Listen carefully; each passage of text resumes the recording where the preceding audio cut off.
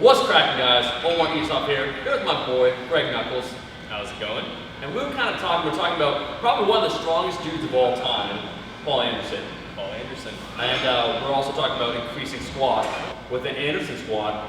Give me the rundown, dude, of who Paul Anderson was and why people, if they want to increase their squats, why perhaps the Anderson squat is a good idea. So who is Paul Anderson? Paul Anderson, he won a gold in the super heavyweight class in Olympic weightlifting. He was the most dominant lifter in the world by a broad margin, but he only won one Olympic medal because he was so strong, people started paying him for exhibitions just because they wanted to see like how stupidly strong he was. So they actually cared about amateur status. So Paul Anderson, that was the end of weightlifting for him. And so kind of towards the end of his career, what he made his money doing was exhibitions, squatting. But allegedly, he squatted 1,200 pounds raw, which most people are pretty skeptical about. But John Cupp, another legend in the strength game, says that he saw Paul Anderson squat 800 for a set of 10 with no warm-ups one time. So it's unlikely, but it is potentially plausible. But regardless, it's obvious that he's one of the strongest people who ever lived. Yeah, he's ridiculously strong. He's won a gold medal. He's very proficient in squatting.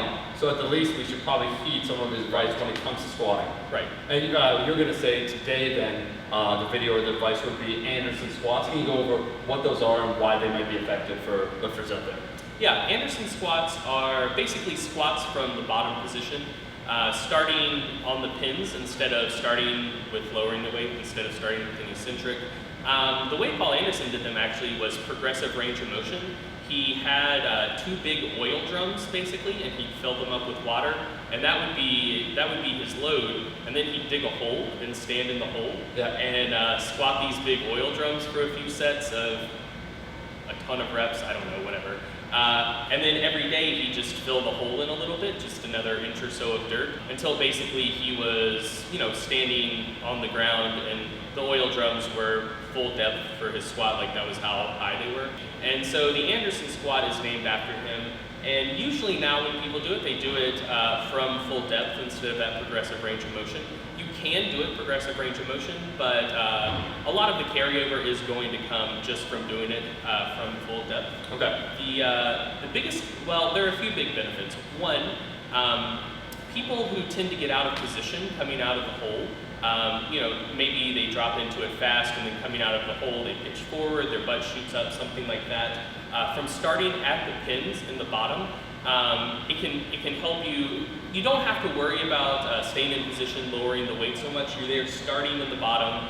You're typically using a lighter load, so you can focus more on staying in the proper position coming out of the hole, and just learning how that's supposed to feel. So that's one thing. Two, it can help just build some raw squatting horsepower for people who are very reliant on their stretch reflex. People who just kind of bounce out of the hole, and then if they slow down to the mid-range, they're dead. With an Anderson squat, since you're starting from the bottom, you don't get that stretch reflex. So it is just a grind all the way up. It can teach you how to grind. And a benefit of it is that since you're using less weight, there's less risk there.